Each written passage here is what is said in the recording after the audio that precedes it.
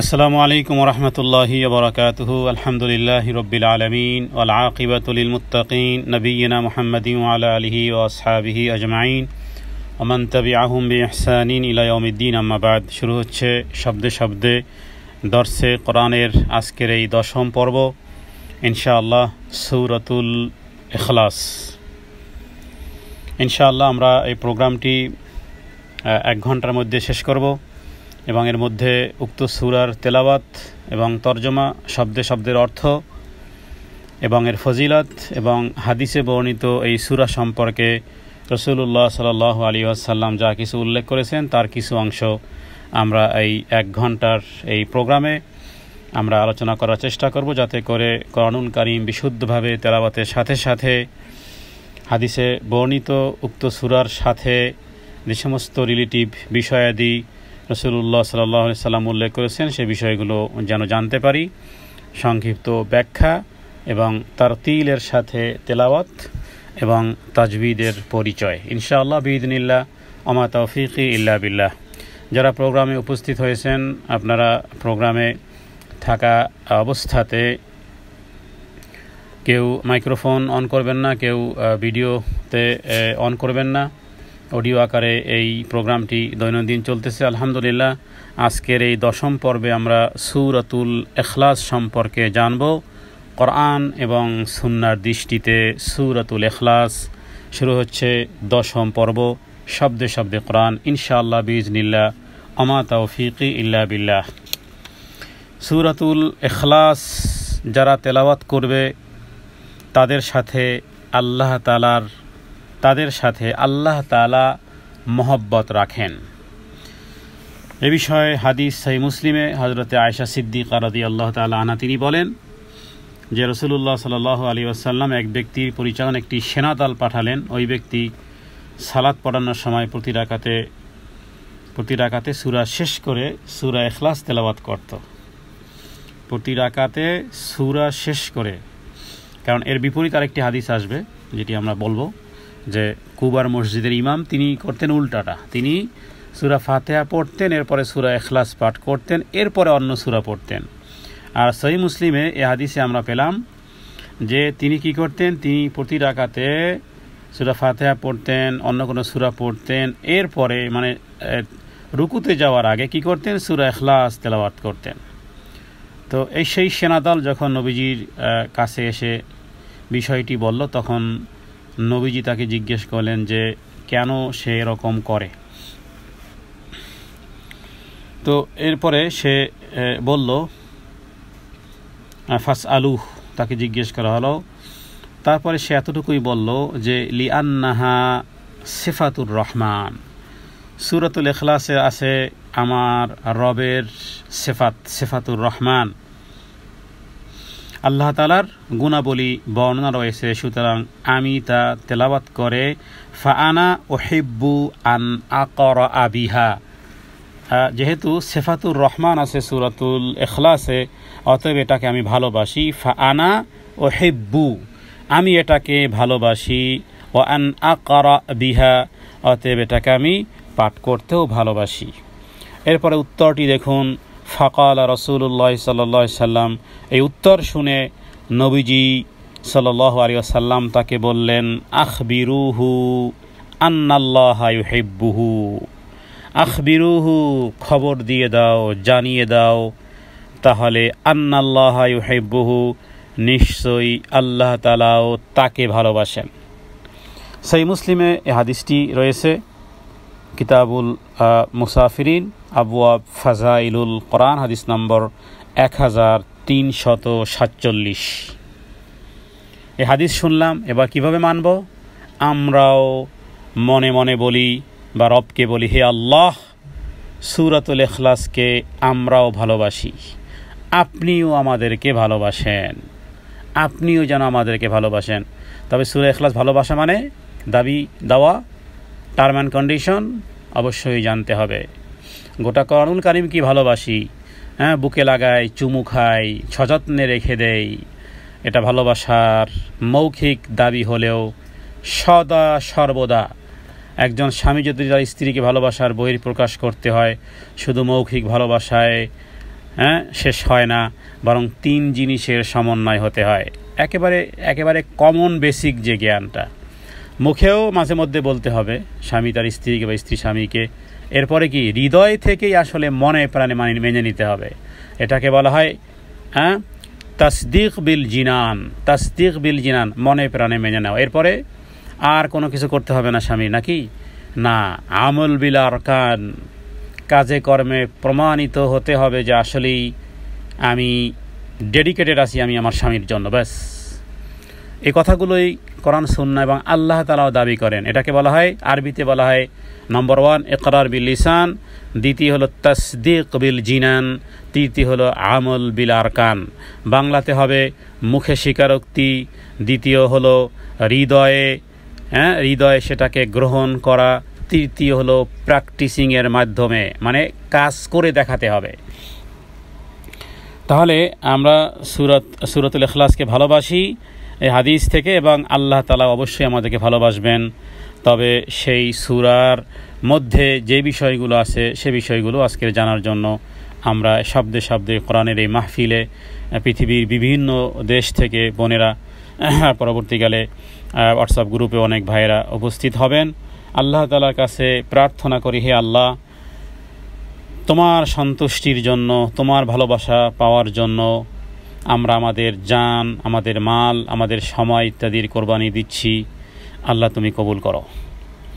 সূরা ইখলাস যদি কেউ একবার তেলাওয়াত করে তাহলে সে যেন 1/3 1/3 যেন 1/3 তেলাওয়াত করে ফেলেছে, বা সেই পরিমাণ তেলাওয়াত করার সমান বলা হয়েছে।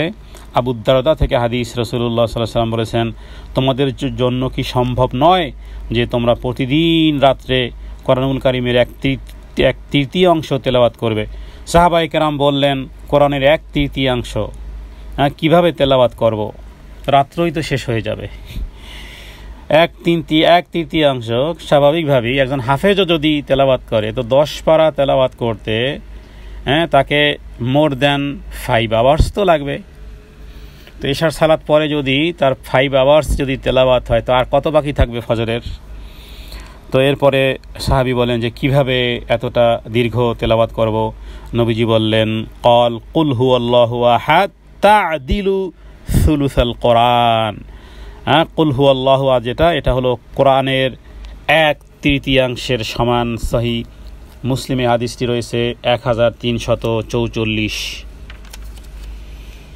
তাহলে সূরা ইখলাস যদি অনেকে আছেন, অনেক ভাইয়ের আছেন, অনেক বোনের আছেন, কোরআন শিখবেন ট্রাই করেন কয়েকদিন, এরপরে আর শেষ হয়ে যায়। শিখবেন করতে করতে বছরের বহু জীবন পার হয়ে গেছে। যতদিন না শিখতে পারেন অন্তত পক্ষে ততদিন যদি সূরা ইখলাস 3 বার করে পাঠ করেন, তাও কিন্তু তা'দিলু সুলুসুল কোরআন, যেন 1/3 যেন আপনি তেলাওয়াত করেছেন। 3 বার পাঠ করেন তাহলে যেন পূর্ণ কোরআন। এটা হলো মানে অল্টারনেটিভ কোনো ওয়ে রাখা হয়েছে। চেষ্টা আছে, কিন্তু চেষ্টা এখনও সার্থক হতে পারেননি। এতটুকু যদি সার্থক না হতে পারেন তাহলে এতটুকু নিম্ন পর্যায়ের এতটুকু কষ্ট করেও যদি অংশগ্রহণ না করতে পারেন তাহলে মনে রাখবেন পোড়া কপালে লেখা থাকে না, বরং কার্যক্রমেই আসলে সে পোড়া কপাল হয়, এবং সেটা রেসপন্সিবিলিটি রবের নয়, বরং আপনার সাথে যিনি শয়তান আছেন, কারিন নামক শয়তান, আর আপনি, আপনাদের উভয়েরই রেসপন্সিবিলিটি। কিন্তু কিয়ামতের দিন শয়তানের একটা ভাষণ কোরআনুল কারীমে সূরা ইব্রাহিমের মধ্যে এসেছে, যে সেদিন শয়তান একটা ভাষণ দিবে। وقال الشيطان لما قضي الأمر إن الله وعدكم وعد الحق ووعدتكم فأخلفتكم وما كان لي عليكم من سلطان إلا أن دعوتكم فاستجبتم لي فلا تلوموني ولوموا أنفسكم ما أنا بمصرخكم وما أنتم بمصرخي। এই যে আয়াত তেলাওয়াত করতেছি, এই কথাগুলো কিয়ামতের দিন শয়তান বলবে। শয়তানের ভাষণ আপনাদেরকে শোনালাম। সূরা ইব্রাহিমে আল্লাহ তাআলা রেকর্ড করেছেন শয়তান কিয়ামতের দিন কি বলবে। অকাল শাইতান, আল্লাহ বলতেছেন শয়তান বলবে, লাম্মা কুদিয়ালাম, যেদিন বিচারের ফায়সালা হবে সেদিন শয়তান উঁচু জায়গায় দাঁড়িয়ে সবাইকে বলবে, ঘোষণা করবে শয়তান, ইন্নাল্লাহ, কি বলবে শয়তান, ইন্নাল্লাহ ওয়াদাকুম ওয়াদাল হক, দেখো আল্লাহর ওয়াদাই সত্য আর আমি যে সমস্ত ওয়াদা দিছি এগুলো সব মিথ্যা। সুতরাং এক কাজ করো, ফালা তালুমুনি অলুমু আনফুসাকুম, আমাকে আর ভৎসনা করো না যে শয়তানের পাল্লায় পরে আজকের এই কাজ করেছি, না, বরং তালুমুনি, মালামত করাটা, অপমান অপদস্থ অনুশোচনা, সেগুলো নিজেকেই নিজে করো, ব্যাস, আমাকে আর অপমান অপদস্থ করো না। ফালা তালুমুনি অলুমু আনফুসাকুম মা না বিমিসরিখিকুম, আরে আমি তো তোমাদেরকে ডাইভার্ট করিনি, অমান তুম বিমিসরিখিয়া, তোমরাই তো পরিবর্তন হয়েছিলে। তো আমি সংক্ষিপ্তভাবে বললাম, কারণ ও বিষয়ে কথা বললেও অনেক লম্বা হয়ে যাবে। এই কারণে যারা কোরআনুল কারীম পড়তে পারেন না, সূরা ইখলাসও 3 বার পড়তে পারেননি এই নিয়াতে, তাহলে মনে রাখবেন যে আপনার দায়িত্ব আপনি হতভাগার পিছনে আপনিই কারণ। হযরতে আবু হুরায়রা রাদিয়াল্লাহু তাআলা আনহু তিনি বলেন, আমি রাসূলুল্লাহ সাল্লাল্লাহু আলাইহি ওয়াসাল্লামের সাথে একদিন ছিলাম, নবীজি কানে এক ব্যক্তির আওয়াজ শুনলেন। নবীজি শুনলেন, দেখেন নাই, মানে দূরে আওয়াজ এসে, ফাসামিয়া রাজুলান ইয়াকরা, কোন এক ব্যক্তি দূরে তেলাওয়াত করতেছে, কুল হুয়াল্লাহু আহাদ, এতটুকু শুনি নবীজি বললেন অজাবাত। নবীজি মুখ দিয়ে কি বললেন? অজাবাত মানে ওয়াজিব হয়ে গেছে। তখন আমি বললাম, আমি আবু হুরায়রা, আমি রাসূলুল্লাহ সাল্লাল্লাহু আলাইহি ওয়াসাল্লামকে বললাম যে ইয়া রাসূলুল্লাহ ওমা ওয়াজাবাত, ইয়া রাসূলুল্লাহ কি ওয়াজিব হয়ে গেল, আপনি কোন বিষয়ে কথা বলতেছেন? মা ওয়াজাবাত, ওমা ওয়াজাবাত, কি ওয়াজিব হয়ে গেল? নবীজি বললেন, ওই যেই ব্যক্তি পড়েছে কুল হুয়াল্লাহু আহাদ, তার জন্য ওয়াজিব হয়ে গেল কি? আল জান্নাহ, তার জন্য জান্নাত ওয়াজিব হয়ে গেল। ইমাম তিরমিজি এই হাদিসটি সহিহ সনদে উল্লেখ করেছেন, আবওয়াব ফাজাইলুল কোরআন বাব মা জাআ ফি সূরাতিল ইখলাস, হাদিস নম্বর 3220, বিশুদ্ধ হাদিস। তাহলে সূরা ইখলাসের মধ্যে নিশ্চয়ই এমন কিছু বিষয় আছে যে বিষয়গুলো যদি হৃদয়ঙ্গম করতে পারি, জীবনে ধারণ করতে পারি, বিশ্বাস রাখতে পারি, মানহাজকে যদি সূরা ইখলাসের সাথে নিয়ে আসতে পারি, তাহলে বহু কিছু আপনাকে ছেড়ে ছুড়ে আসতে হবে, বহু কিছু আবার গ্রহণ করতে হবে। তাহলে আমরা প্রথমত সূরা ইখলাসের হাদিসে বর্ণিত কিছু ফজিলত বলার পরে যখন তেলাওয়াত শুরু করব, তখন শব্দে শব্দে গিয়ে আমরা জানব যে শব্দ কতটা ব্যাপক আকারে আপনাকে আমাকে দাবি করে। শব্দ কি দাবি করে? একটা সন্তান যখন মাকে বলে যে মা ক্ষুধা লেগেছে, তিনটি শব্দ, মা একটা, ক্ষুধা একটা, লেগেছে একটা, 3টি অক্ষরের একটা বাক্য হয়েছে, একটা সেন্টেন্স হয়েছে। শুনলেন, বাস আপনি ঘুমাচ্ছেন, কিন্তু দাবি ছিল কিছু। মা ক্ষুধা লেগেছে, সন্তান বলেছে, এর পিছনে একটা দাবি ছিল। সে দাবিটা অনেক ব্যাপক হতে পারে, হয়তোবা খাবার রেডি আছে, সেটাকে দিতে হবে, অথবা তার জন্য রান্না করতে হবে। তো দাবি পড়লাম, সূরা ইখলাস পড়লাম, সূরা ইখলাসকে ভালোবাসলাম, দাবি আছে। সে দাবিগুলো যখন জানবো, প্রত্যেকটা অর্থের মধ্যে যে দাবিগুলো, আর সে লক্ষ্যে আমরা আমাদের ক্ষুদ্র জ্ঞান দিয়ে, আমরা মূর্খ, আমাদের এলেম নেই, সমস্ত এলেম আল্লাহ তাআলার জন্য। আল্লাহ বলেছেন, আমা উতীতু মিনাল ইলমি ইল্লা কালিলা, গোটা মানবকুলকে আমি সামান্যতম জ্ঞান দিয়েছি। সে সামান্যতম জ্ঞান থেকে আমরা চেষ্টা করব কোরআনের সাথে আমাদের হৃদয়কে, আমাদের দিল ও দিমাগকে, আমাদের মানহাজকে, আমাদের আকীদা, আমাদের বিশ্বাস, আমাদের কর্মপন্থা পদ্ধতি যেন কোরআনের সাথে একাকার হয়ে যায় ইনশাআল্লাহ। এরপর আরেকটি হাদিস থেকে আমরা জানি যে কোনো ব্যক্তি যদি 10 বার সূরা ইখলাস তেলাওয়াত করে, আল্লাহ তাআলা তার জন্য জান্নাতে একটি ঘর নির্মাণ করবেন। মুআজ বিন আনাস রাদিয়াল্লাহু তাআলা আনহু থেকে হাদিসটি আমরা মুসনাদ আহমদের মধ্যে পেয়েছি।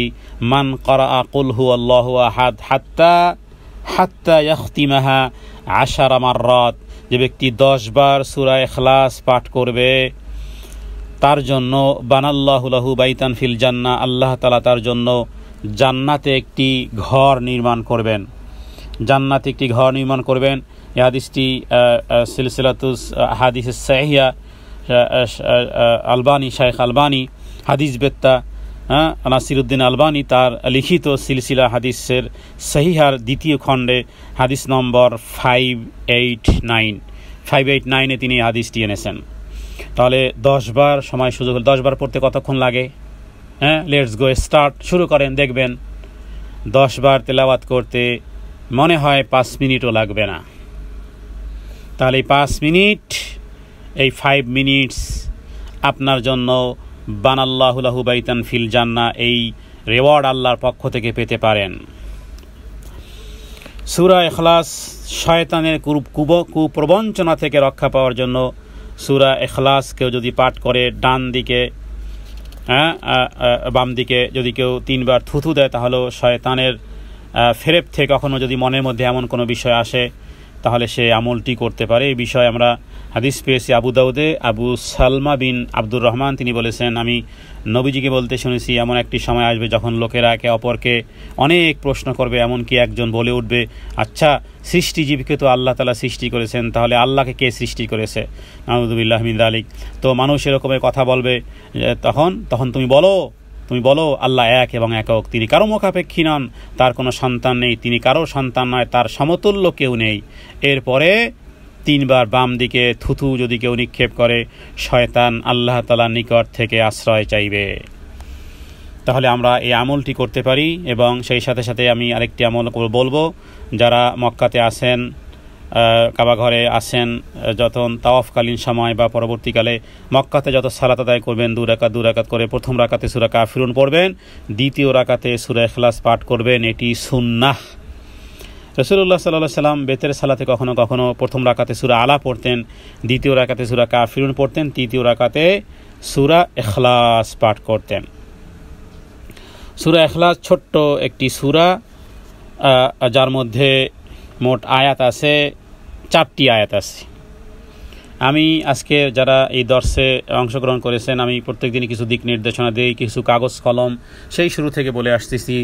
যারা এই দর্শে অংশগ্রহণ করবেন নিয়মিত ছাত্রছাত্রী হিসেবে অবশ্যই খাতা কলম ব্যবহার করবেন, কারণ কিছু কিছু বিষয় যেগুলো আপনারা লিখে রাখবেন, কারণ শয়তান আমাদের পিছে আছে।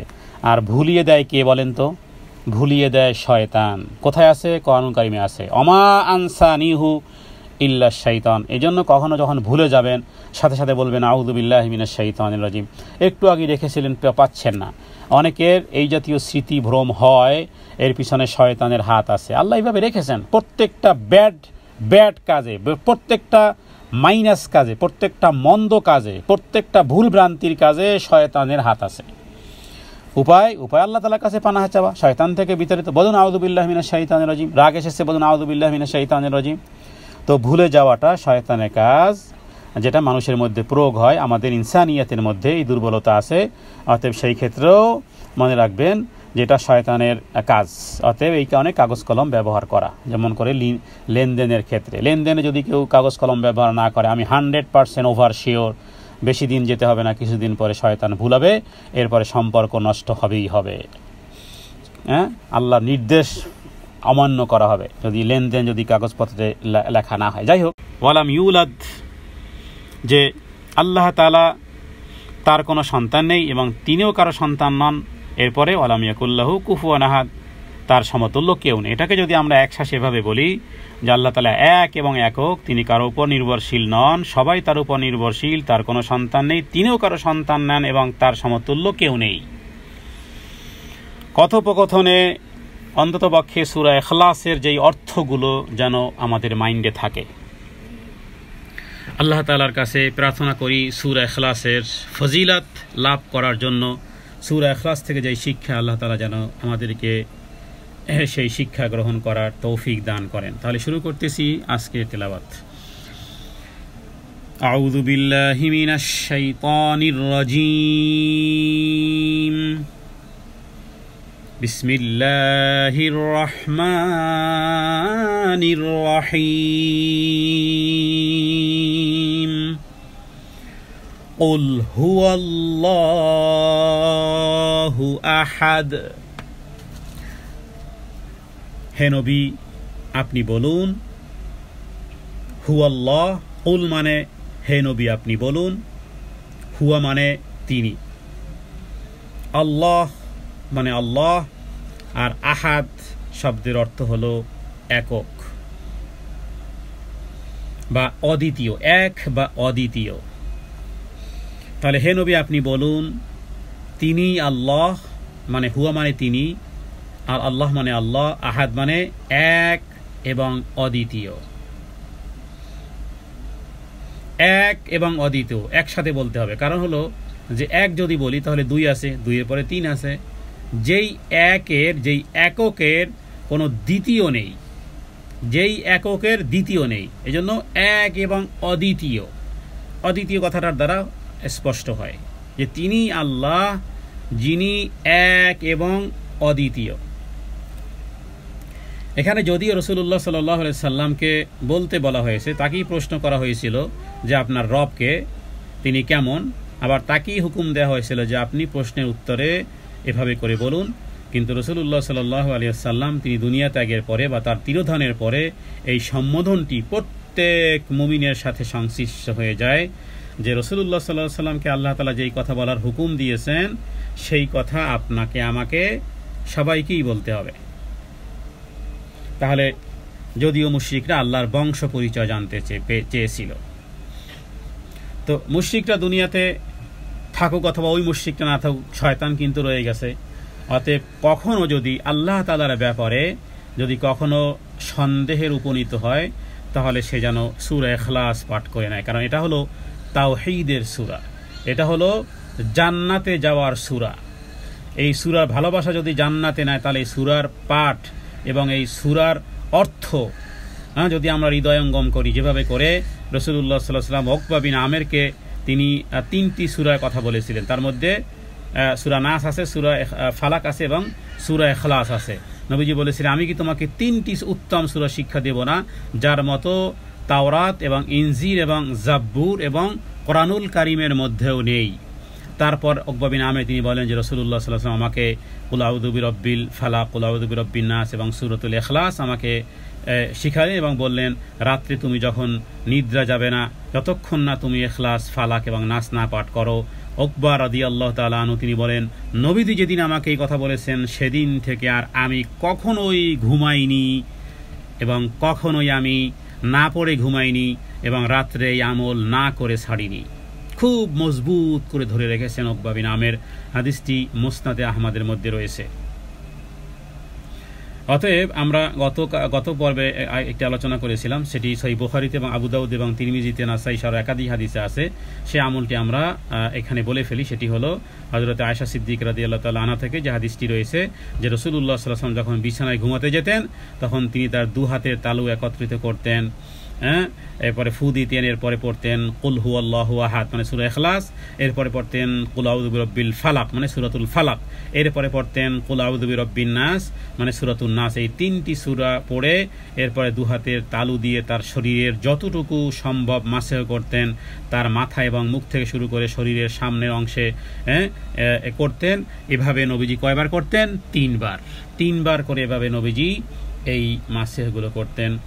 অতএব এটি প্রতি রাত্রের আমল। প্রতি রাত্রের যেখানে শুয়ে থাকেন বেডরুমে একটা লেখনীতে লিখবেন। কত কিছুই মানুষ রাখে, কত ছবি রাখে, কত কিছু রাখে না। আপনার রাতের আমল, ঘুমাতে যাওয়ার আমল, আপনি আপনার ভাষাতে আপনি একেবারে যেখানে চোখের সামনে যেন পড়ে, যেখানে ঘুমাবেন দৃষ্টিটা ওখানেই রাখেন। বিশেষ করে ঘড়িতে আমরা ঘড়ির দিকে আমাদের নজর থাকে। অতএব যদি কেউ যদি মাইক্রোফোন অন করে আমি তাকে রিমুভ করে দেব। যারা মাইক্রোফোন অন করবেন আমি তাদেরকে রিমুভ করে দেব। জি, আরও কেউ যদি মাইক্রোফোন অন করেন আমি রিমুভ করে দেব।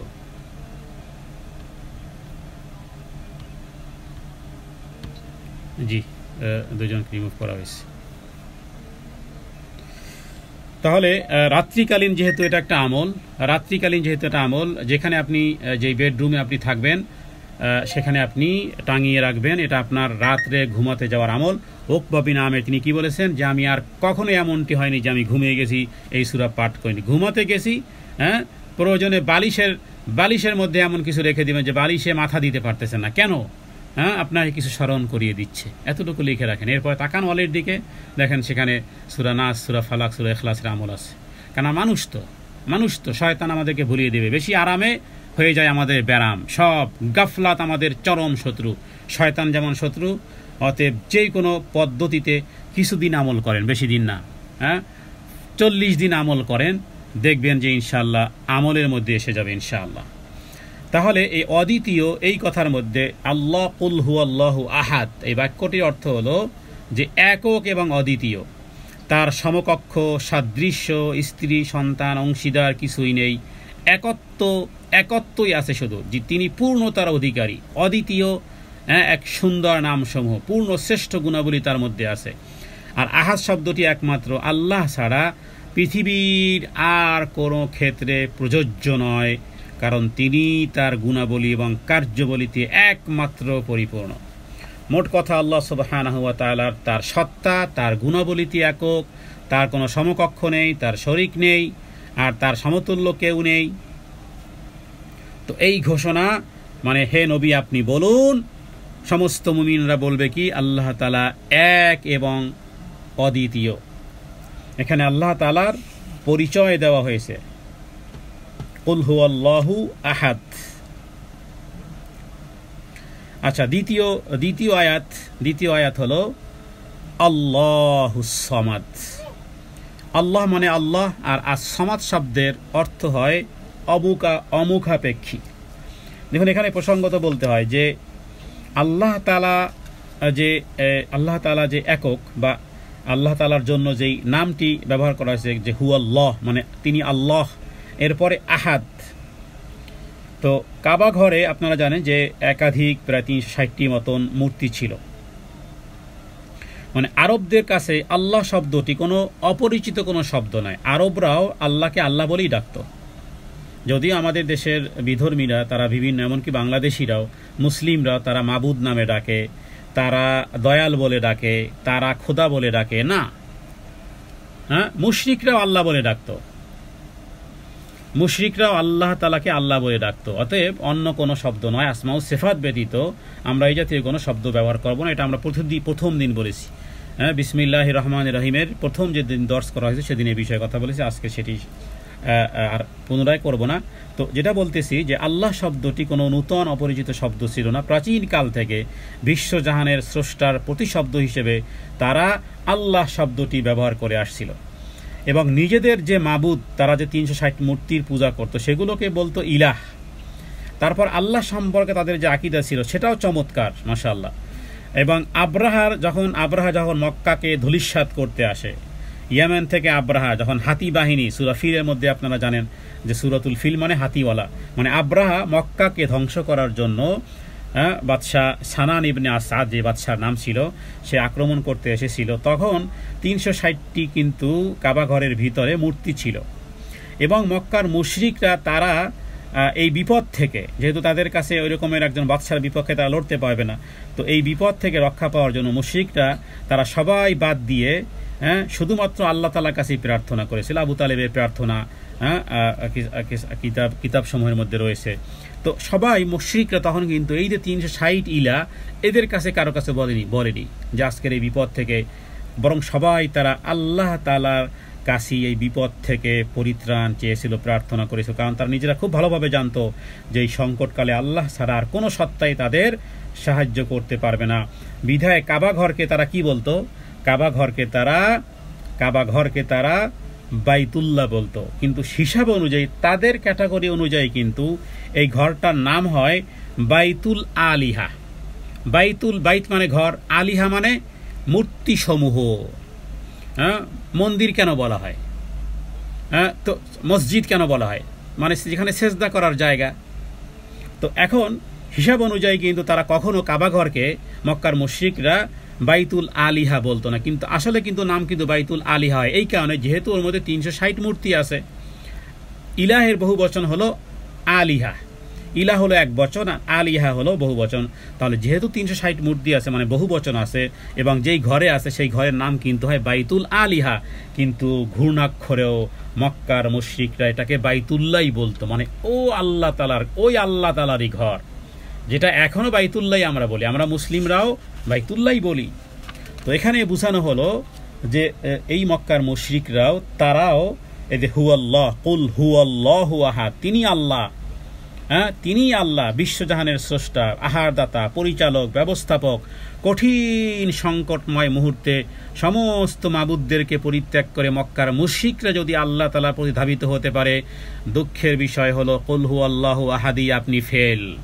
কারণ কুল হুয়াল্লাহু আহাদ আপনি পড়েন ফজিলতের আশায়, জান্নাতে ঘরের আশা 10 বার পড়তে পারেন, বাট সাহায্যের জন্য মাজারে দৌড় দিয়েছেন, অমুক পীরের বাড়িতে দৌড় দিয়েছেন, এখানে সেখানে বিভিন্ন জায়গায় দৌড় দিয়েছেন, যেখানে কঠিন সংকটময় মুহূর্তে মক্কার মুশরিকরা সমস্ত মাবুদদেরকে পরিত্যাগ করে একমাত্র রবের কাছেই তারা সাহায্য চেয়েছিল।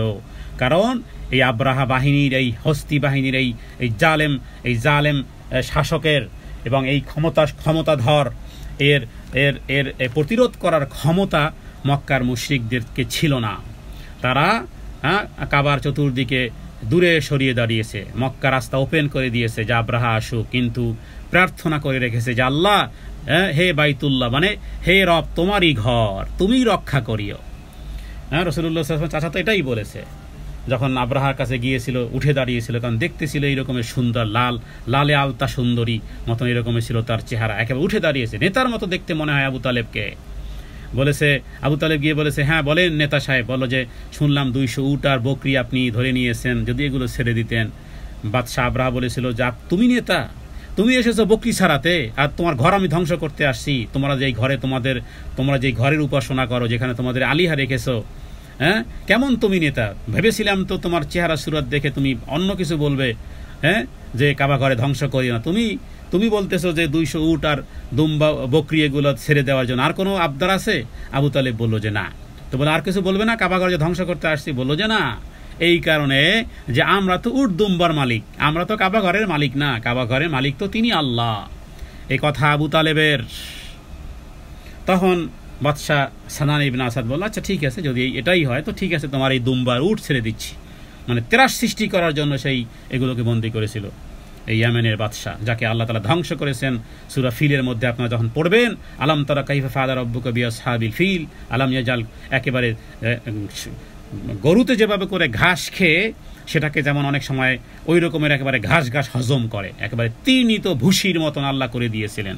তারমিহিম বিহিজারাতিম মিন সিজ্জিল। তো যাই হোক, যেহেতু সূরা ফিল যখন আলোচনা আসবে তখন ইনশাআল্লাহ করব। তো আজকের সূরা এই ইখলাসের মধ্যে যে হুয়াল্লাহু আহাদ, কুল হুয়াল্লাহু আহাদ, তাহলে আল্লাহ তাআলার এই সমস্ত পূর্ণাঙ্গ গুণাবলী এর মধ্যে মক্কার মুশরিকরাও স্বীকার করত, বিধায় তারা এই ঘরটাকে নাম তখনও দিত বাইতুল্লাহ, আল্লাহর ঘর। এটা বলতো না যে আমাদের আলিহাদের ঘর, এটাও বলতো না। তাহলে এখানে কুল হুয়াল্লাহু আহাদ, এখানে সর্বপ্রথম বুঝতে হবে যে বাক্যরীতি মহান আল্লাহ তাআলার এক নাম আহাদ শব্দ ব্যবহার করা হয়েছে। আরবি ভাষায় এটা একটা অস্বাভাবিক শব্দ।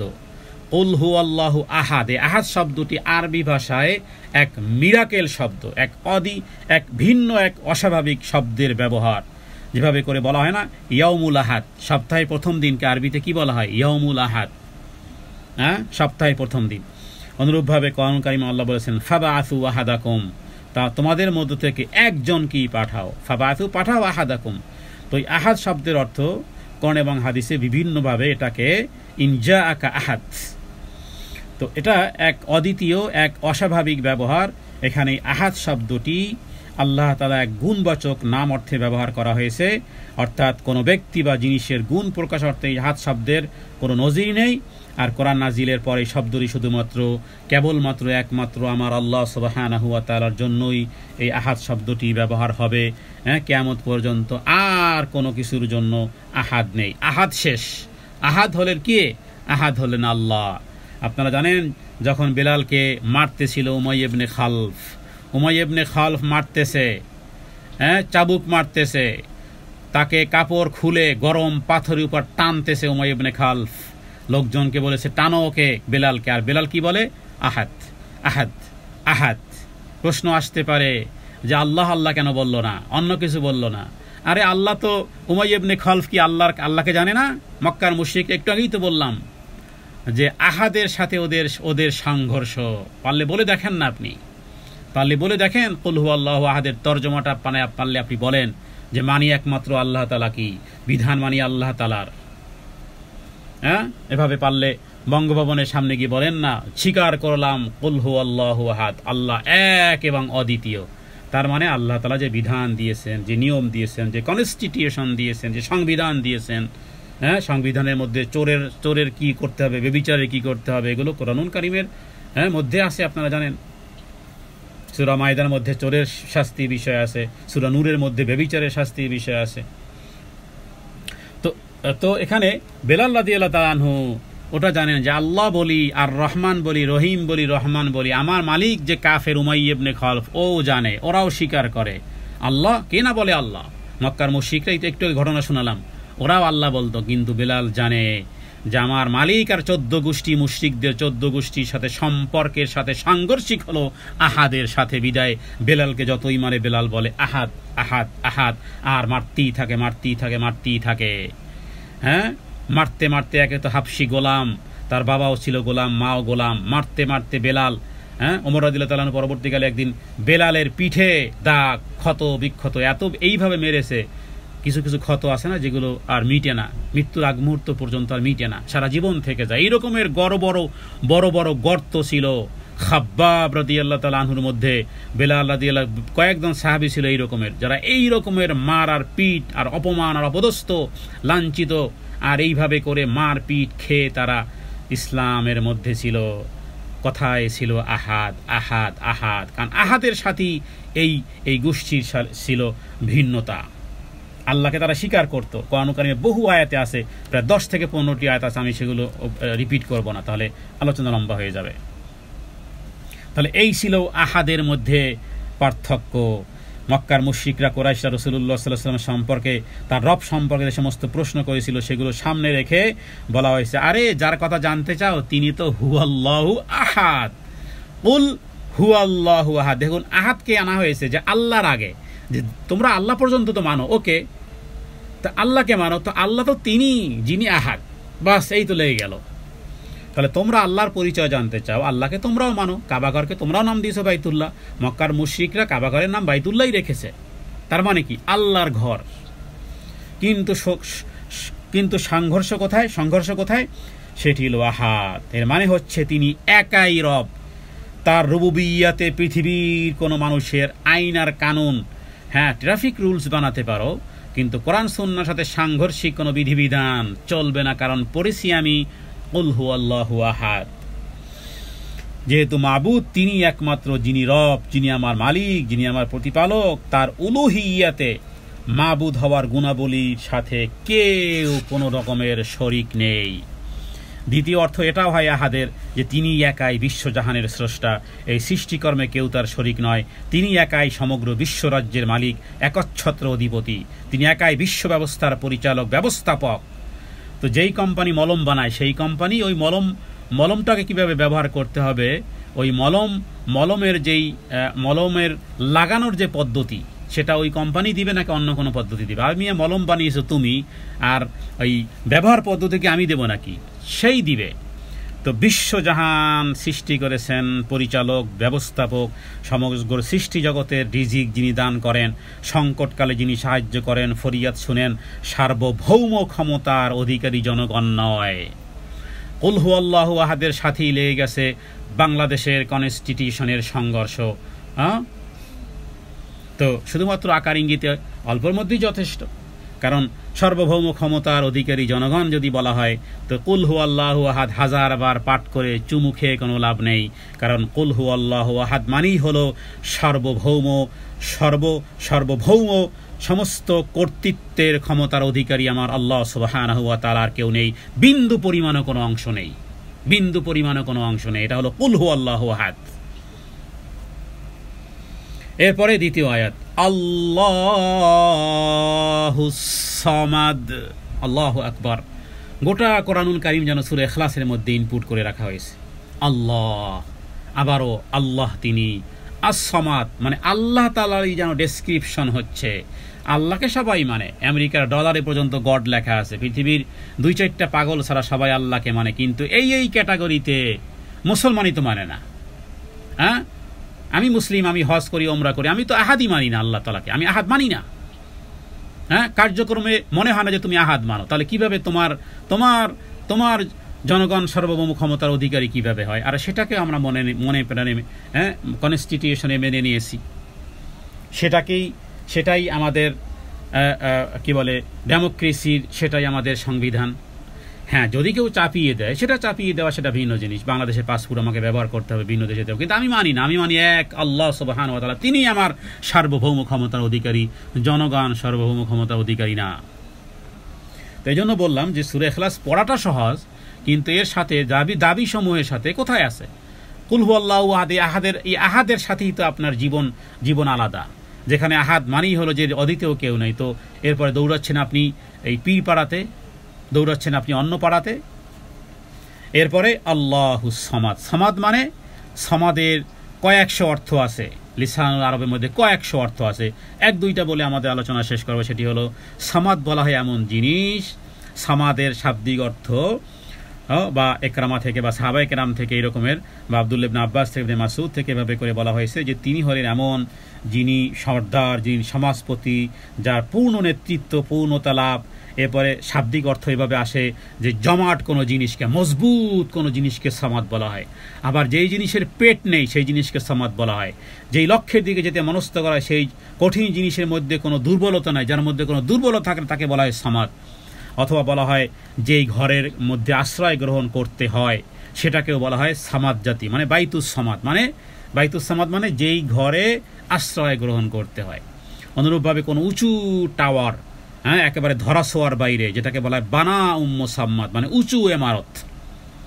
তার মানে সামাদ হলে এমন এক জিনিস অমুখাপেক্ষী, যদিও শাব্দিক অর্থ তাফসীরগুলোতে বা তরজমাতে লেখা আছে অমুখাপেক্ষী, এখানে অর্থ হলো যেটা আপনার আয়ত্তের বাইরে। হ্যাঁ, অথবা যেই নেতৃত্ব, যেই মর্যাদা, যেই শ্রেষ্ঠত্ব, ধৈর্য, সংযম, জ্ঞান, বুদ্ধিমত্তা, বিচক্ষণতায় যিনি প্রপারলি 100%, তো কোনো মানুষ দাবি করতে পারবে? কত বৈজ্ঞানিক, হ্যাঁ, কাজী নজরুল শেষ পর্যন্ত বিছানায় শুয়ে শেষকালে লিখতেও পারেন নাই। তো কোনো বৈজ্ঞানিক বা কোনো বিষয়, যেমন তাদের বিজ্ঞানের একটা সীমা পরিসীমা আছে, অন্ধকারে এরা কিছুই দেখে না, বৃদ্ধ বসে এরা নিজেরাই আলঝোল পাকিয়ে ফেলে। কিন্তু এখানে এই সামাদ মানে হলো যার অক্ষয়, হ্যাঁ, যেই জিনিস একরামা থেকে ওইভাবে করে বর্ণনা করা হয়েছে, যিনি পানাহার করেন না তিনি হতে পারেন সামাদ। তাহলে যিনি পানাহার করে না, কে পানাহার করে না? হ্যাঁ, পৃথিবীর মাখলুকের, হ্যাঁ, একটা গাছ পর্যন্ত পানি না পেলে শুকিয়ে যায়। তো সামাদের বললাম কয়েকশো অর্থ আছে, আমরা কয়েকটা জানলেই যথেষ্ট। যে এখানে আল্লাহুস সামাদ বলতে অমুখাপেক্ষী আল্লাহুস সামাদ, এবং যিনি নিজের সমস্ত গুণ এবং কাজে পরিপূর্ণ অধিকারী, হ্যাঁ, যার উপর কখনো বিপদ আপদ আসে না, যিনি সকল দোষ ত্রুটি থেকে মুক্ত এবং অন্য কেউ যার গুণাবলীর ধারক হয় না, তাকে বলা হয় সামাদ, আস-সামাদ। তাহলে এখানে প্রথম বাক্যে দেখুন আল্লাহু আহাদ, এরপরে আল্লাহুস সামাদ, কিভাবে থরে থরে সাজানো হয়েছে। প্রথম আয়াতে যদি আহাদকে মেনে নিতে পারো, সামাদে এসে যেটার সাথে পৃথিবীর কোনো মাখলুকের মিল নেই। পৃথিবীর সমস্ত মাখলুক, হ্যাঁ, একজন অপরজনের মোকাপেক্ষী, সবাই মোকাপেক্ষী। ধনীও মোকাপেক্ষী গরিবের, কারণ তার টয়লেট কে সাফ করবে? ধনী তো নিজে সাফ করবে না, অবশ্যই তারও সেও অন্যের মোকাপেক্ষী। অনুরূপভাবে গরিব তার কাজের জন্য মোকাপেক্ষী। এভাবে করে আল্লাহ তাআলা এই আসবাবে দুনিয়ার মধ্যে একে অপরের সাথে, হ্যাঁ, মানে মোকাপেক্ষিতার সম্পর্ক আল্লাহ তাআলা রেখেছেন। কিন্তু একমাত্র অমুখাপেক্ষী হলেন আল্লাহ সুবহানাহু ওয়া তাআলার। এটাই হলো আস-সামাদ। এটা মাবুদ হওয়ার জন্য, তিনি রব হওয়ার জন্য এটা অপরিহার্য। কারণ মানুষ যারা মুখাপেক্ষী হয় তারও ইবাদত করে, আবার তিনি ছাড়া কোনো মাবুদ নেই। মানে আস-সামাদ হওয়ার কারণে এটাও অপরিহার্য যে প্রয়োজন পূরণ করার ক্ষমতা ও সামর্থ্যই রাখে না, সে কোনো সামাদ হতে পারে না। বরং যে ব্যক্তি এগুলো করতে পারে না তিনি সামাদের ইবাদত করতে পারে। তাহলে আমরা এমন এক রবের ইবাদত করি যিনি আহাদ, যিনি সামাদ, যিনি আহাদ, যিনি সামাদ, যিনি যার প্রতি সবাই মোকাপেক্ষী, তিনি কারো মোকাপেক্ষী নন। পৃথিবীর সমস্ত মানুষ যদি আল্লাহকে অস্বীকার করে আল্লাহর কিছুই যায় আসে না, আল্লাহর রাজত্ব কমবেও না বাড়বেও না।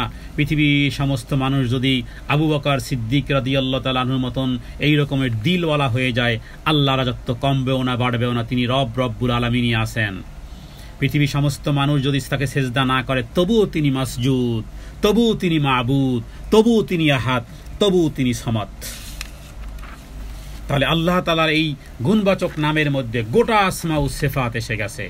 আর তাওহীদে যে 3 প্রকার, সেই 3 প্রকারের এই 2 প্রকারই এসে গেছে এই 2 এর মধ্যে, কুল হুয়াল্লাহু আহাদের মধ্যে আর এই আল্লাহুস সামাদের মধ্যে।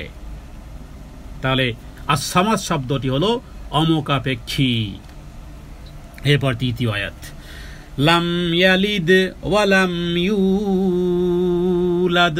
লাম মানে না, ইয়ালিদ মানে জন্ম, অলাম এবং না, অ মানে এবং, লাম মানে না।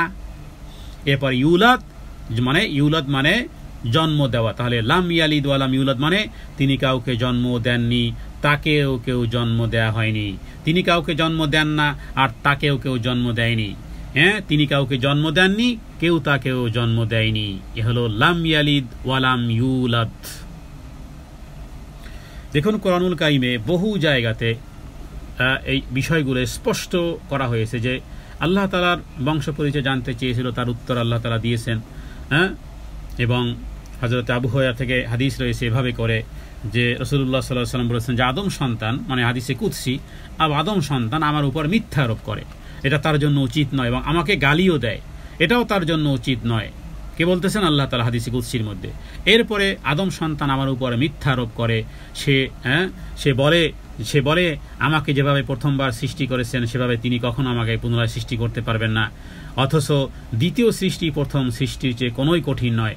আর আদম সন্তান আমাকে গালি দেয়, এর অর্থ হলো যে তারা আল্লাহ সন্তান গ্রহণ করেছেন। বিশেষ করে খ্রিস্টানেরা ঈসা আলাইহিস সালামকে আল্লাহর ছেলে বলে। অনুরূপভাবে ইহুদিরা তারা ওজার আলাইহিস সালামকে আল্লাহর ছেলে বলে। তাহলে ইহুদিরা এবং খ্রিস্টানেরা, ইহুদি এবং নাসারারা, তারা আল্লাহ তাআলার সাথে এইভাবে শিরিক করেছে, যেটা সূরা ইখলাসের বিপরীত।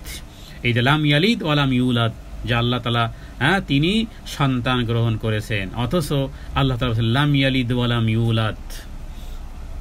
লাম ইয়ালিদ ওয়া লাম ইউলাদ, তিনি কোনো জনক নন, জাতক নন। আমার আল্লাহ তিনি কোনো জনক নন এবং জাতক নন, তার থেকে কিছু উদ্ভূত নয় এবং তিনিও কিছু থেকে উদ্ভূত হননি। এই জন্য খোদা কথাটা বলা যায় না। কেন? খোদা মানে খোদ আজা, তার মানে এর আগে ছিলেন না, এখন এসেছেন। এই জন্য খোদা শব্দ বলার মধ্যে কিন্তু তাহলে এই আল্লাহুস সামাদ, কুল হুয়াল্লাহ, সূরা ইখলাসের সাথে বিপরীত হয়ে যায়। কারণ আমরা বলি কথায় কথায় খোদা কথাটা বলি, মানে খোদ আজা, তার মানে তিনি এসেছেন, নিজে নিজে যিনি এসেছেন, তার মানে তিনি তাহলে আগে এবং পরে, অথচ হুয়াল আউয়ালু ওয়াল আখিরু ওয়াজ যাহিরু ওয়াল বাতিনু ওয়া বিকুল্লি শাইইন আলিম, তিনি এক এবং অদ্বিতীয়, তার পূর্বে কেউ নেই। নবীজি হাদিসের মধ্যে দোয়ার মধ্যে বলছেন, হে আল্লাহ আপনিই পূর্বে, এর আগে কেউ নেই, আপনি শেষ, এরপরে আর কেউ নেই। হুয়াল আউয়ালু ওয়াল আখিরু, আপনি শুরু এবং আপনি শেষ। তার আগে কি মুরগির আগে ডিম, না ডিমের আগে মুরগি? এ সমস্ত ভ্রান্তি বলবেন আউযু বিল্লাহি মিনাশ শাইতানির রাজিম। এভাবে করে আরবিতে না পারে বলবেন আমি স্বীকার করি আল্লাহ তাআলা এক এবং একক, তিনি বেনিয়াস, তুলনাবিহীন, মোকাপেক্ষীবিহীন, তিনি কাউকে জন্ম দেননি, কারো থেকে জন্মগ্রহণ করেননি, আসমান এবং জমিনে তার সমকক্ষ কেউ নেই। একটু আগে বলেছি না যে সূরা ইখলাসকে একেবারে ঠোঁটস্থ রাখবেন, ঠোঁটের আগায় অর্থটা রাখবেন, থেমে থেমে পড়ার কোনোই নেই, এমনিতে পড়বেনি। কুল হুয়াল্লাহু আহাদ আল্লাহুস সামাদ লাম ইয়ালিদ ওয়া লাম ইউলাদ ওয়া লাম ইয়াকুল লাহু কুফুয়ান আহাদ, এখানেও একসাথে কোরআনুল কারীমে সূরা ইখলাস পাঠ করা শেষ। অর্থের মধ্যে এইভাবে টু ফাস্ট, কারণ আপনার ঠোঁটের মধ্যে আছে প্রত্যেকটা আয়াত। তিনি আল্লাহ এক এবং একক, তার কারো উপর নির্ভরশীল না, তিনি কোনো সন্তান গ্রহণ করেন না আসমান জমিনে, তার সমকক্ষ কেউ নেই। এই সামান্য কথাটাকে যেন একেবারে ঠোঁটের আকায় রাখতে পারি, ঠোঁটস্থ রাখতে পারি, শুধু মুখস্থ নয়। তাহলে লাম ইয়ালিদ ওয়া লাম ইউলাদ। অথচ দেখুন প্রসঙ্গত বলতেই হয় যে লাম ইয়ালিদ ওয়া লাম ইউলাদ আমরা স্বীকার করি, কিন্তু যখন যখন মেরি ক্রিসমাস আসবে, যখন নিউ ইয়ার আসবে, হ্যাঁ, যেটাকে হ্যাপি নিউ ইয়ার বলবেন, সেখানে যদি আপনার কোনো ধরনের অংশগ্রহণ হয়, ক্যামেরায় যদি জানা যায় যে আপনি সেই সেল গ্রহণ করেছেন, সেই সেল, হ্যাঁ, মার্কেটে 90% সেল দিয়েছে ক্রিসমাস উপলক্ষ করে, নিউ ইয়ার উপলক্ষ করে, কারণ এটা ঈসা আলাইহিস সালামের জন্মদিন পালন করতেছে, তার মানেই হলো যে আপনি স্বীকার করেন না, তার মানেই হলো মেরি ক্রিসমাস বলা মানেই হলো, ডাক্তার জাকির নায়েকও এই বিষয়ে দেখবেন বলেছে যে মেরি ক্রিসমাস বলা মানেই হলো যে যিশু ঈসা আল্লাহর ছেলে। নিউ ইয়ার মানেই পালন করার মানেই হলো যে তার জন্মদিন পালন করা, তার মানেই হলো যে ঈসা আল্লাহর ছেলে। এটা যেন অলিখিত, অমৌখিকভাবে যেন এক ধরনের এই পার্টির সাথে, ওই শোডাউনের সাথে, ওই ক্যামেরা বন্দির সাথে যেন আপনিও ভেসে চলেছেন। বেশি তুফান হলে দেখছেন না, গরু, ছাগল, মানুষ একেবারে সব তুফানে ভাসিয়ে নিয়ে যায়, ঘর বাড়ি পর্যন্ত গাড়ি শুদ্ধ ভাসতে থাকে, যেন সেই প্লাবনে, সেই টর্নেডো, সেই ঘূর্ণিঝড়ে আপনিও ভাসতেছেন। অন্ততপক্ষে ওই দিনগুলোতে মনটা যেন আপনার খারাপ থাকে, ওই যেন দেখে বলে, আপা ব্যাপার কি, আপনার মনটা খারাপ কেন? তখন যেন ইব্রাহিম আলাইহিস সালাম বলতে পারি, ইন্নী মারিফ, হ্যাঁ, তারা পূজা পার্বণ করবে, আমি মানসিকভাবে অসুস্থ হয়ে আছি। কিন্তু আমরাও সকাল থেকে লাইন দেই। আমি জেনেছি ইউরোপের অনেক মার্কেটে 90%, যেখানে সকাল 10টায় মার্কেট খুলবে, রাত 3টা বাজে থেকে কিউ, 3টা থেকে লাইন কিউ, কারণ 90% ডিসকাউন্ট আজকে পাওয়া যাবে। তো 100 টাকার জিনিস 100 টাকা দিয়ে কিনেন, হ্যাঁ, অন্য সময় তো আপনারা অফার পাবেন, সেল পাবেন, ডিসকাউন্ট পাবেন, কিন্তু ওই দিনে ডিসকাউন্ট গ্রহণ করিয়েন না বোন। হ্যাঁ, নিজের বাবার হত্যাকারী, নিজের মায়ের হত্যাকারী দেখলে কখনো আমরা মুস্কি হাসি না, মনটা খারাপ থাকে যে এই লোকটা আমার বাবাকে হত্যা করেছিল, মাকে হত্যা করেছিল। আরে আমার বাবা মা তো এমনি মারা যেত হত্যা না করলেও, কিন্তু কিভাবে করে, যেখানে আল্লাহ তাআলার সাথে শিরিক করা হয়, তাদের সাথে উইশ করা, তাদের এই জাতীয় প্রোগ্রামে অংশগ্রহণ করা, সেখানে মানসিকভাবে হ্যাপি হওয়া ইত্যাদি বিষয়গুলো মানায় না। সূরা ইখলাসের সাথে তো মানায় না, লাম ইয়ালিদ ওয়ালাম ইউলাদ, এটি মানায় না। আমি এতটুকুই বলাই আমার জন্য যথেষ্ট। এখানে প্রত্যেকেই জ্ঞান রাখেন। হ্যাঁ, সূরা ফাতিহার মধ্যে আমরা বলেছি, লাম গায়রিল মাগদুবি আলাইহিম ওয়ালাদ-দাল্লিন, এভরিডে 17 টাইমস ইহুদি আর খ্রিস্টানদেরকে লানত করতেছি। গায়রিল মাগদুব, যাদের উপর আল্লাহ রাগান্বিত হয়েছেন। তো তাদের কার্যক্রমের সাথে সম্পৃক্ততা যদি হয়ে থাকি, তাহলে আল্লাহ আমার প্রতি সন্তুষ্ট হবেন নাকি? সূরা ফাতিহায় তো আপনি ধরা খাবেন, সূরা ইখলাসেও ধরা খাবেন, কারণ লাম ইয়ালিদ ওয়া লাম ইউলাদের, হ্যাঁ, গোটা পৃথিবীতে ওই সময়কালীন চলছে। মুসলিমরাও বেশি অগ্রসর। ইহুদি খ্রিস্টানদের, বৌদ্ধদের, হিন্দুদের আমি তো দেখি মুসলিমরা সবার আগে।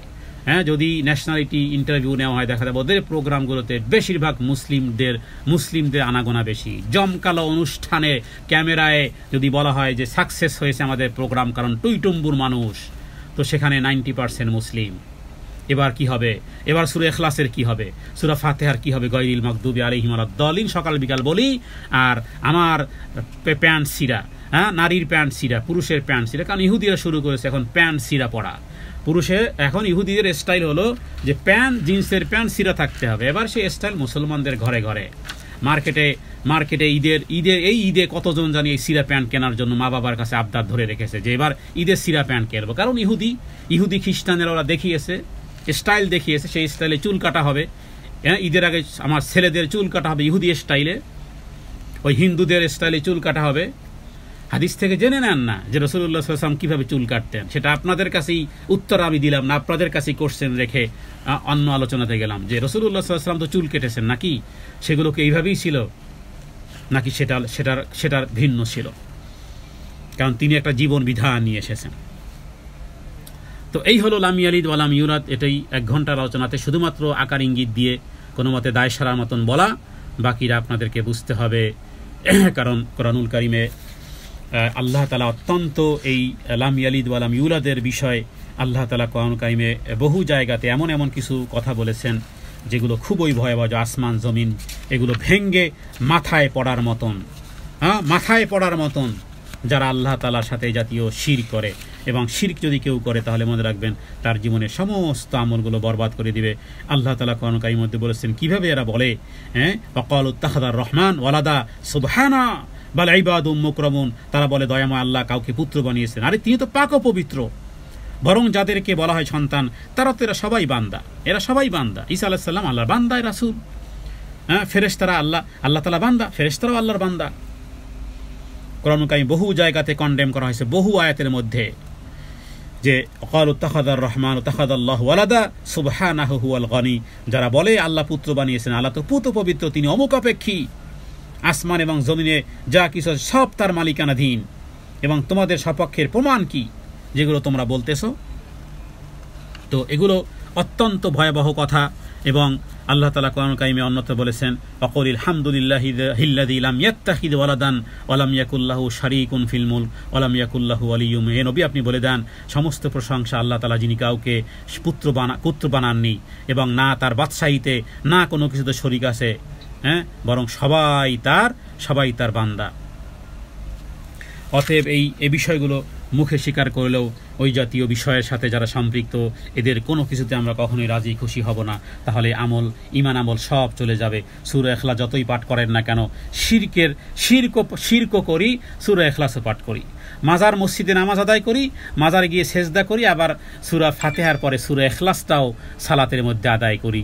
এই রকমের বিষয় আল্লাহ তাআলা দাবি করেন না, বিদায় শব্দে শব্দে জানতে হবে যে আসলে দাবিগুলো কি। এবং আমি আমার মন গড়া কোনো কথা এখানে বলিনি। আমি তাফসিরে মারিফুল কোরআন, তাফসির ইবনে কাসির, তাফসিরে ফাথুল বায়ান, তারপর আরও একাধিক তাফসিরের নির্যাস করে একেবারে সামান্যতম অল্প করে আমি বলার চেষ্টা করেছি। এরপরে সর্বশেষ আয়াত, ওয়ালাম ইয়াকুল্লাহু কুফুয়ান আহাদ। ওয়ালাম মানে নেই, ইয়াকুন মানে হয়, লাহু মানে তার, কুফুয়ান মানে সমতুল্য। হ্যাঁ, বাংলাতে আমরা বলি কুফু। কুফু মানে কি? কুফু মানে সমতুল্য, সামঞ্জস্য। যেহেতু বিবাহের ক্ষেত্রে এই কথাটাকে বলা হয়, বুঝি না যে কুফু মিলে কিনা। আচ্ছা, আহাদ তার মানে হলো যে তার সমকক্ষ আসমান এবং জমিনে কেউ নেই। ওয়ালাম ইয়াকুল্লাহু কেউ নেই, কুফুয়ান সমতুল্য বা সমান, আহাদ কেহই এর মধ্যে গোটা পৃথিবী সব কিছু শামিল, কেউ তার সমকক্ষ সমতুল্য কেহই নেই। এখানে কুফু মানে হলো সাদৃশ্য বা সমান বা সমমর্যাদা সম্পন্ন, সমতুল্য। তাহলে বিশ্বজাহানে আল্লাহর সমকক্ষ, তার মর্যাদা সম্পন্ন অথবা কিংবা নিজের গুণাবলী কর্মক্ষমতার ব্যাপারে তার সমান পর্যায়ে উন্নীত হতে পারে পৃথিবীতে এমন কেউ ছিল না, কোনোদিন থাকবেও না, কোনোদিন হতেও পারে না। না আকার আকৃতিতে, না তার সামঞ্জস্য। এক হাদিসের মধ্যে, বুরায়দা থেকে হাদিস একটি বলা হয়েছে যে রাসূলুল্লাহ সাল্লাল্লাহু আলাইহি সাল্লাম মসজিদে প্রবেশ করে দেখলেন এক ব্যক্তি সালাত আদায় করতেছে আর বলতেছে, আল্লাহুম্মা ইন্নী আসআলুকা বিআন্নী আশহাদু আন্নাকা আনতাল্লাহ লা ইলাহা ইল্লা আনতা আল আহাদ আস-সামাদ লাম ইয়ালিদ ওয়া লাম ইউলাদ ওয়া লাম ইয়াকুল লাহু কুফুয়ান আহাদ। এটা নবীজি শুনে, ওই যে লাম ইয়ালিদ সূরা ইখলাসের মধ্যে যে অংশগুলো আমরা এখন পড়লাম, তো এখানে এইগুলো এসে গেছে। নবীজি শুনে বললেন, মুহাম্মদ যার হাতে আমার প্রাণ। এটাকে আপনার ইসমে আজমও বলা হয়। আবু দাউদ এবং তিরমিজি ইবনে মাজাহ সমস্ত আহমদের মধ্যে হাদিসটি এসেছে। তো এখানে বিশেষত্ব হলো যেখানে বলা হয়েছে আল্লাহ আহাদুস সামাদ আল্লাযী লাম ইয়ালিদ ওয়া লাম ইউলাদ। নবীজি বললেন, যার হাতে আমার প্রাণ তার শপথ করে বলতেছি, যেই লোকটি আল্লাহ তাআলাকে এমন মহান নামে ডাকবে, যার উসিলায় চাইবে, হ্যাঁ, তিনি সেটা প্রদান করবেন। আর এই দোয়া পাঠ করে দোয়া করলেও সেই দোয়াও তিনি কবুল করবেন। এটাকে ইসমে আজম বলা হয়। আল্লাহুম্মা ইন্নী আসআলুকা বিআন্নী আশহাদু আনতাল্লাহ, বা এটাকে ভিন্ন ভিন্ন শব্দ আছে, যে বিআন্নী আশহাদু আল্লা ইলাহা ইল্লা আনতা আল আহাদুস সামাদ আল্লাযী লাম ইয়ালিদ ওয়া লাম ইউলাদ ওয়া লাম ইয়াকুল লাহু কুফুয়ান আহাদ। তো এই দোয়া পড়া মানে কি? বুঝা মনে প্রাণে। এরপরে যদি কোনো ব্যক্তি আল্লাহ তাআলার কাছে চায় তাহলে আল্লাহ তাআলা ফেরত দিবেন না, নবীজি কসম করেছেন।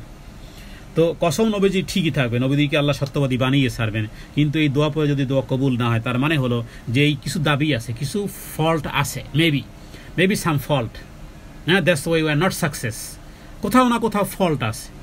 ইলেকট্রনিক জিনিসে কোথাও ফল্ট থাকলে দেখেন না, ব্যাপার কি হচ্ছে না কেন, ডাউনলোড হচ্ছে না কেন, নেটওয়ার্ক দুর্বল, এই কারণে ডাউনলোড হচ্ছে না। ডাউনলোড সবই ঠিকই আছে, সব সিস্টেম ঠিক আছে, নেটওয়ার্ক উইকনেস যার কারণে হচ্ছে না, তার মানে ইউ হ্যাভ সাম ফল্ট।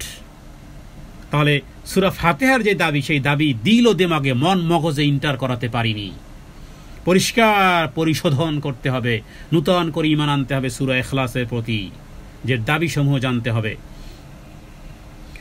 তাহলে এরপরে রাসূলুল্লাহ সাল্লাল্লাহু আলাইহি ওয়াসাল্লাম বললেন যেটা চাইলে। তো এই ক্ষেত্রে মনে রাখবেন যে আমরা এর মধ্যে আহাদ শব্দটি পেয়েছি, as-সামাদ শব্দটি পেয়েছি, এগুলো আপনার আমার ধারণায় বা কল্পনায় কুঠারাঘাত করা হয়েছে। কুঠারাঘাত আল্লাহ তাআলার সামঞ্জস্য, যে কুফুয়ান আহাদ মানে কি, হ্যাঁ, যেমন আমরা আল্লাহ তাআলার জন্য কোনো আকৃতিকে নির্দিষ্ট করতে পারবো না।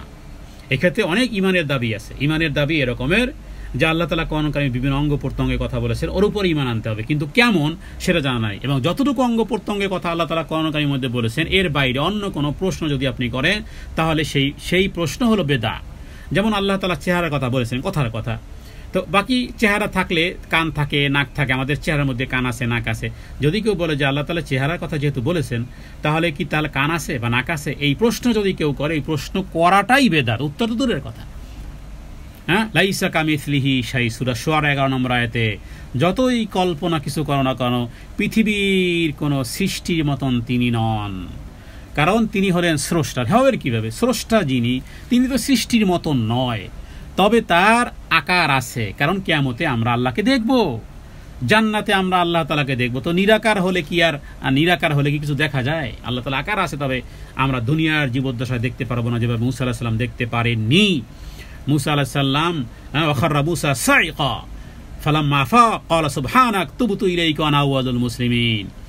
তো জান্নাতে আমরা দেখব আল্লাহ তাআলাকে, কিন্তু যেখানে কোরআন কিছু বলেনি সেক্ষেত্রে চুপ থাকবো, যা কিছু বলেছে আসমা ও সিফাত সম্পর্কে ওর উপর ঈমান আনবো, বুঝে আসে আর না বুঝে আসে। তাহলে এখানে কল্পনায় আহাদ এবং as-সামাদিটি কুঠারাঘাত হয়েছে। এরপরে আয়াতের মধ্যে এরপরে বলা হয়েছে যে আল্লাহ তাআলা তিনি কোনো রকমের সন্তান সন্ততি, কোনো রকমের অবকাশী এর মধ্যে নেই। এরপরে শেষে বলা হয়েছে যে আল্লাহ তাআলার সমকক্ষ অন্য কোনো শব্দ, যেমন গড বললে, গডেস, যদি কেউ বলে, তো ওই জাতীয় শব্দের মধ্যে কিন্তু স্ত্রীলিঙ্গ সাব্যস্ত করা, যেহেতু দেবী, তারপরে আপনার যেই সমস্ত শব্দগুলো রবের জন্য নির্ধারণ করা হয় এগুলোর স্ত্রীলিঙ্গ হয়, কিন্তু আল্লাহর আলিফ বাদ দিলে লিল্লাহ হয়। লিল্লাহ থেকেও কোরআন কারীমে আছে, লিল্লাহ মানে আল্লাহ। এরপরে লামের লাম বাদ দিলাম, এরপর থাকে লাহু মাফিস সামাওয়াতি, এরপরে লাম বাদ দিলাম, থাকলো হু আল্লাহুল্লাযী লা ইলাহা ইল্লা হু। তাহলে যেখান থেকেই শুরু করেন না, আল্লাহ আমার এমন এক পবিত্র, এমন এক আল্লাহ তাআলার নাম, সব এদিকে কাটেন আর ওদিকে কাটেন, তিনি আল্লাহ। আর এখানে আহাদ এবং সামাদ দিয়ে কুঠারাঘাত করে যে বিষয়টি অনুধাবন করতে বলা হয়েছে। মুসনাদ আহমদ ইবনে কাব থেকে বলা হয়েছে রাসূলুল্লাহ সাল্লাল্লাহু আলাইহি ওয়াসাল্লামের মক্কার মুশরিকরা যখন আল্লাহ তাআলা সম্পর্কে জানতে চেয়েছে, তখন রাসূলুল্লাহ সাল্লাল্লাহু আলাইহি ওয়াসাল্লাম মুশরিকদেরকে এই কুল হুয়াল্লাহু আহাদ এই সূরাটাই তিনি শিখিয়ে দিয়েছেন, এই সূরাটাই মানে পড়ে শুনিয়ে দিয়েছেন যে তিনি হলেন আল্লাহ। সহিহ বুখারীতে এই বিষয়ে একাধিক হাদিস রয়েছে। আমরা সংক্ষিপ্তভাবে এই আয়াতগুলোর স্বাভাবিকভাবে খুব শাব্দিক, খুব সংক্ষিপ্তভাবে আমরা এই সূরাটির কিছু ফজিলত আলোচনা করেছি, এবং এর মধ্যে এই সূরার মধ্যে যেই শব্দগুলো রয়েছে এর মধ্যে আহাদ, এই আহাদের বিপরীত আর কোনো কিছুই নেই আরবিতে, সামাদের বিপরীত আর কিছু হতে পারে না, এবং কুফুয়ান আহাদ মানে হলো যে সমকক্ষ এবং সমতুল্য আর কোনো কিছুই নেই। সূরা ইখলাসের ব্যাপারে আরেকটি বর্ণনা পাওয়া যায়, যেটাকে আবু ইয়ালা, যদিও সে হাদিসটি দুর্বল, সেখানে 50 বারের পাঠের মাধ্যমে জীবনের গুনাহ মাফ হওয়ার কথা আছে। আবার হযরত আনাস থেকে 200 বার পাঠ করে আল্লাহ তাআলা তার জন্য 1000 পুণ্য লিখবেন ইত্যাদি বিভিন্ন দুর্বল হাদিস আছে। আমরা এতটুকুই বিশুদ্ধ হাদিসগুলো আমরা হাদিসের রেফারেন্স সহ উল্লেখ করেছি। জি, তাহলে আল্লাহ তাআলার সমতুল্য সমকক্ষ কেউ নেই, এই বিষয়টি বোঝার জন্য যে সমস্ত বিষয়গুলো আমরা প্যাগানিজম বলেন, অথবা কোনো ব্যক্তি একক অন্ধ অনুসরণ করা হলে আল্লাহ তাআলার সাথে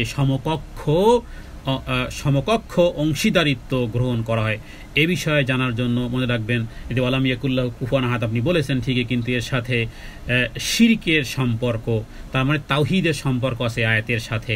এই আয়াত দাবি করে এককভাবে আল্লাহ সুবহানাহু ওয়া তাআলার শ্রেষ্ঠত্ব, আল্লাহ তাআলার বিষয়ে ঈমান আনতে হবে, এবং এর সাথে সাংঘর্ষিক যে বিষয়গুলো সেগুলো হলো শিরক। হ্যাঁ, আমাদের দেশে বিভিন্ন রকমের শিরক হয়, বিশেষ করে আরবিতে যেটাকে বলা হয় তিয়ারা, মানে কুসংস্কার। এই কুসংস্কারগুলোকে হাদিসে বলা হয়েছে তিয়ারা। আর তিয়ারার ক্ষেত্রে নবীজি বলেছেন আত্মীয়ারত শিরকুন, আত্মীয়ারত শিরকুন, আত্মীয়ারত শিরকুন। অতএব সূরা ফালাক, সূরা ইখলাস আমরা যতই পাঠ করি না কেন, এই জিনিসের সাথে যখন সম্পৃক্ততা যতক্ষণ পর্যন্ত না ছাড়বেন, যতক্ষণ তো আপনি ফাইন্ড আউটই করতে পারতেছেন এটা শিরিক কিনা। অমঙ্গল, কোনো কিছু অমঙ্গল হবে, অথবা এটা করলে ওটা হবে, ওটা করলে এটা হবে, এই যে বিভিন্ন বিষয়গুলো, এগুলোকে নবীজি শিরিক সাব্যস্ত করেছেন। তাবিজকে নবীজি শিরিক সাব্যস্ত করেছেন। বিভিন্ন সুতা হাতে, কোমরে, পায়ে ইত্যাদি বিভিন্নভাবে একেবারে গিট্ঠু দেওয়া বিভিন্ন সুতাগুলো যে বান্ধা হয়, মনে করে এই উপকার হবে, এগুলোকে হাদিসে শিরিক বলা হয়েছে। তার মানে আপনি কারো সাথে সমকক্ষ বানালেন। এই যে ওয়ালাম ইয়াকুল্লাহু কুফুয়ান আহাদ যেটা আপনি বলেছেন, অথচ কোরআনুল কারীম থেকে আমরা জানি যে আসমান জমিনের সৃষ্টিকর্তা তিনি একমাত্র স্রষ্টা এবং মালিক, ভালো এবং মন্দ যা কিছু করা তিনিই করবেন। এই পৃথিবী যার হাতের মুঠোর মধ্যে। তো এই ক্ষেত্রে ওয়ালাম ইয়াকুল্লাহু কুফুয়ান আহাদ, মুখে বললাম যে তার সমকক্ষ কেউ নাই, না তার সত্তাতে, না তার গুণাবলিতে, না তার কর্মাবলিতে, তার মতো কোনো কিছুই নেই। মুখে বললাম ঠিকই, কিন্তু তার সমকক্ষ ঠিকই আমরা অন্য কাউকে বানিয়ে ফেললাম। তো এই কারণে বিষয়গুলো অত্যন্ত, এই বিশ্বাসের খণ্ডন যেন হয়। একাধিক উপাস্যে যারা বিশ্বাসী তারা মূলত আসলে আল্লাহ তাআলার হককে নষ্ট করতেছে। আমরা মুসলিমরাও হাদিসে বর্ণিত যে বেশ কিছু ভায়োলেশনের মাধ্যমেও আমরা সূরা ইখলাসের হুকুমকে, এর মানহাজকে আমরা নষ্ট করতেছি। আল্লাহ তাআলার কাছে তৌফিক কামনা করি, তিনি যেন আমাদেরকে সূরা ইখলাসের যেই দাবি, যেই মানহাজ, সেটি যেন পুনরায় আবার ঈমান এনে সেই দাবিসমূহ যেন আমরা পূর্ণ করতে পারি। রবের কাছে এই তৌফিক কামনা করে আজকের এই সংক্ষিপ্ত প্রোগ্রাম শেষ করতেছি। ওমা তৌফিক ইল্লা বিল্লাহ, হাদা মিন্নি ওয়াল ইলমু ইনদাল্লাহ, আল্লাহু আ'লামু বিস-সাওয়াব, ওয়া সাল্লাল্লাহু আলা সাইয়্যিদিনা মুহাম্মাদিন নবিয়্যিল উম্মি ওয়া আলিহি ওয়া সাল্লাম। আসসালামু আলাইকুম ওয়া রাহমাতুল্লাহি ওয়া বারাকাতুহু।